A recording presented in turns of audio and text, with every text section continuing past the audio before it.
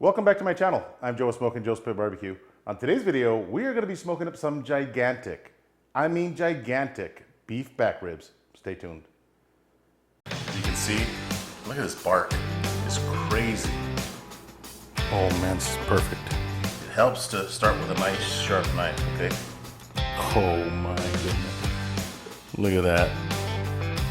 All right, check out these Texas-sized beef back ribs. I mean, when you buy these from the store, it's normally this bone right here with very little meat, but look at all this extra meat that we have here. Now, what sits right here is your ribeye, okay? So the ribeye gets cut from these bones and you have a boneless ribeye, or they cut ribeye steaks with these, and there is still a lot of meat right in between these bones, nicely marbled. So these are gonna be fantastic. Now, I've already taken the membrane off of this rack right here. Now, it's your option. You can leave the membrane on if you want. A lot of people say that the membrane kind of holds the ribs together a little bit more, but since these have a lot of meat, I do want to get some rub right in between these bones right here. So this one still has a membrane. Now, what I like to do on beef back ribs is just grab a butter knife and right in between the membrane and the meat, just stick your knife in there and lift up like this, okay? Now, this is not gonna come off in one piece unless I'm very, very lucky. Grab a paper towel, which is the choice of most pit masters out there, and then just work the membrane off. Now, if we're lucky, it'll come off in one piece, but these membranes usually don't because they're pretty tough. Well, so far so good. We got a little piece right here left over, but it seems to be coming off okay. Ah, not bad. So this is why we want to remove this, okay? Look at this, it's like cardboard, paper thick, so your rubs will not penetrate this real thick membrane. So it's a good thing to remove it. I'm gonna get these little extra pieces off. All right, so I'm gonna be using two different rubs on these ribs. Now, as a binder, I'm gonna use some mustard on both racks. I gotta tell you, mustard works like super glue to really hold on to these rubs. Now, just a little bit, okay? We're not gonna put a lot, and you will not be able to taste the mustard when these are completely smoked. So you just want a little bit so that rub has something to stick to, okay? Just like that. All right, so I've got them rubbed down with mustard. On this rack right here, I am using the Uncle Steve's Competition Cow Powder. This is really good, lots of pepper, as you will see. Not terribly salty. So just gonna add a decent amount. Now, one mistake that I've made in the past with beef back ribs is I've put too much rub and they come out really, really salty. And that was my fault because there's not a whole lot of meat on these ribs. You really don't want to put a ton of rub, okay? Just enough to cover the surface lightly, like this. Really good pepper. I am loving this pepper mesh right here. So grab the top side of it as well. Again, this is where your ribeye would sit. So this is gonna be really, really good. This rub smells really good. I smell garlic, maybe some onion powder, the pepper, some paprika. Looks really good. All right, so just like that. Okay, so that's all the rub I am using on this rack. All right, on this second rack, I'm just using my homemade SPG. A lot of people call it SPPG because it's got salt, pepper, paprika, and garlic. So it is SPPG technically. So just like that. Now this rub, my homemade SPPG, is not very salty, so I know that I could apply a little bit more than normal, okay? And I will leave the recipe to this rub in the description box for you guys if you guys want to give it a shot. All right, grab the top side. All right, we'll just have to remember that the larger rack has my homemade SPPG on it right here. So we're gonna be smoking these in my Yoda Frontiersman. It's already warming up outside. Stay tuned. All right, I've got my smoker up and running, 275 degrees. I'm gonna be placing these ribs on the top left shelf. So here's my SPG ribs right here. It's gonna go up front, and the Uncle Steve ribs will go right back here. So these are gonna roll for an hour and a half in that position. After that hour and a half, we're gonna come back and rotate these front to back. Stay tuned.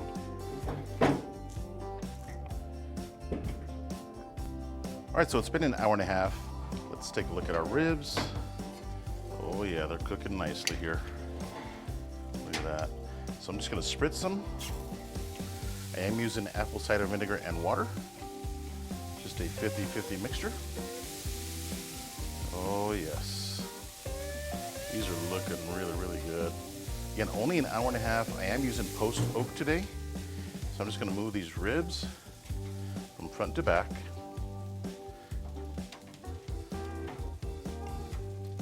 Move these bad boys right up here. And move these right around here. Give them a little bit more spritz. Now to build that really nice Texas bark that everybody chases, you gotta spritz and spritz frequently, okay? So just like this. We're gonna give it an hour, come back and check on the color. Stay tuned. All right, so the total cook time right now has been 3 hours. Let's take a look at our ribs.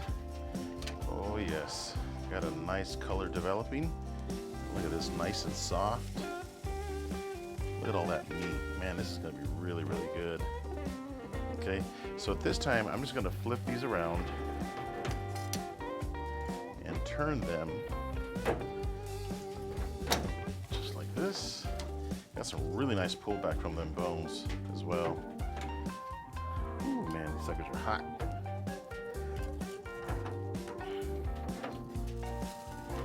All right, so these are gonna sit in this position for about an hour. We're gonna spritz again. These are looking really, really good. About another hour, I'm gonna come back and wrap them. All right, stay tuned. All right, so we are at the 4-hour mark, and let's take a look at our ribs. Oh yes. Really nice color now. This is exactly what I wanted, so I'm gonna go ahead and spritz it. Get an internal temperature of our ribs. Right around here. Oop. Right here. Ooh, man, they're tender. All right, so we're at 195, 196. So 196, so we are about, oh, I want to say 5 or 6 degrees from being ready. So I'm gonna go ahead and wrap them in butcher paper. So I'm just gonna take this rack off. All right, so in my wrap, I'm just gonna spritz a little bit. Again, apple cider vinegar and water. Just get them nice and spritzed and then wrap them up. All right, so I am gonna flip these upside down. Ooh, they're nice and hot. Just like this.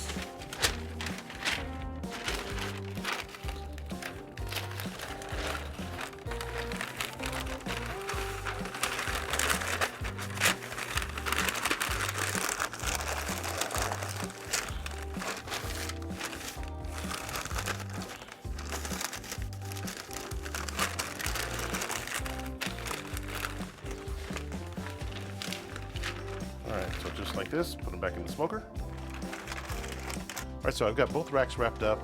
We're gonna give them about 30 minutes, come back and check the internal temperature. Stay tuned. All right, so 4 hours and 45 minutes into the cook.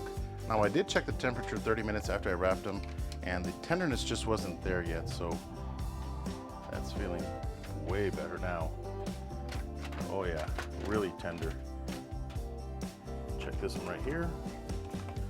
On the meaty side, we're sitting at 190, 199, about 201 degrees. Let's check the temperature on this rack here.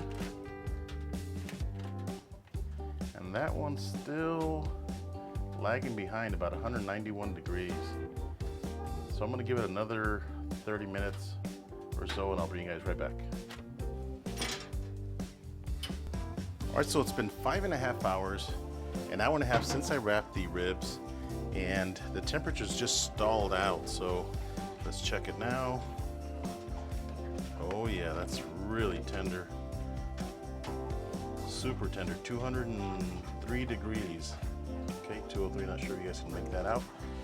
So I'm just gonna take the ribs out of the butcher paper. Now these were bone side down, okay? So look at how saturated this paper is. I want to So these ribs are looking really good. These are the Uncle Steve shake ribs. And here's the SPG or SPPG ribs. All right, so I got the racks unwrapped from the butcher paper, and I am gonna apply a little bit of sauce to half of each rack. And the sauce that I'm using today is this one from Carolina Q. This is his Carolina Sweet Hickory sauce. And this sauce is really, really tasty. Now what I did is I thinned it down with some beef broth, just a little bit, because that sauce is a little bit thicker than most sauces. So I'm just gonna sauce about half of it, half of each rack. Now I do have the paper under the ribs, so I'm not worried about the sauce hitting the grill or getting it dirty. So I'm just gonna sauce about half of each rack. All right, so I've got the ribs sauced up. Just gonna let the sauce sit for about 15 minutes or so.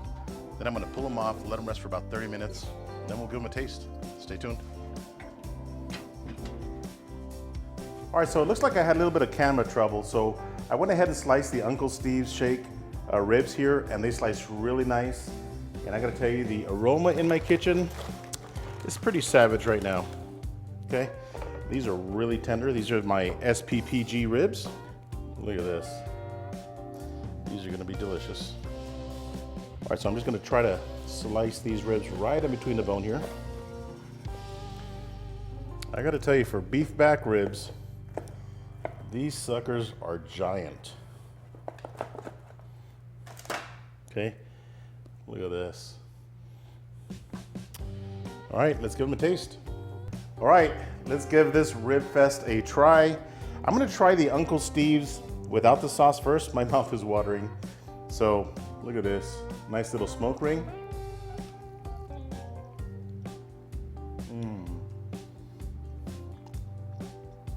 Wow. I don't know how it can get much better than that. That is really tasty. So I'm gonna try my SPG ribs. Look at this. Here we go.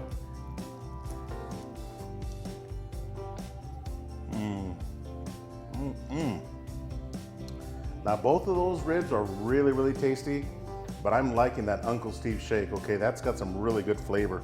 So I'm gonna try the Uncle Steve's with the sauce right here.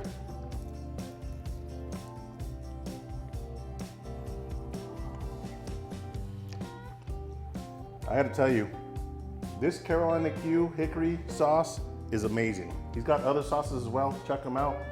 I'm gonna leave a link in the description box, but that sauce is absolutely amazing. So I'm gonna try my SPG with the sauce. And these are really meaty. These are the most meaty beef back ribs that I've ever seen. So let's give these a shot.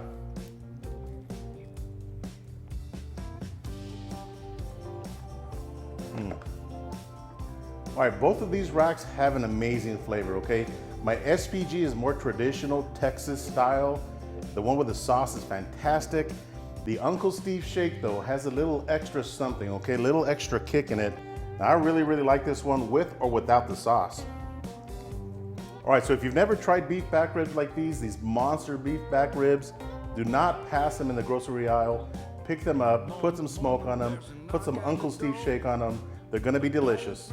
If this is your first time here, hit that subscribe button. And if you enjoyed this video, click one of these two videos. I'm sure you'll like it as well. Until next time, Joe with Smokin Joe's Pit Barbecue. See ya.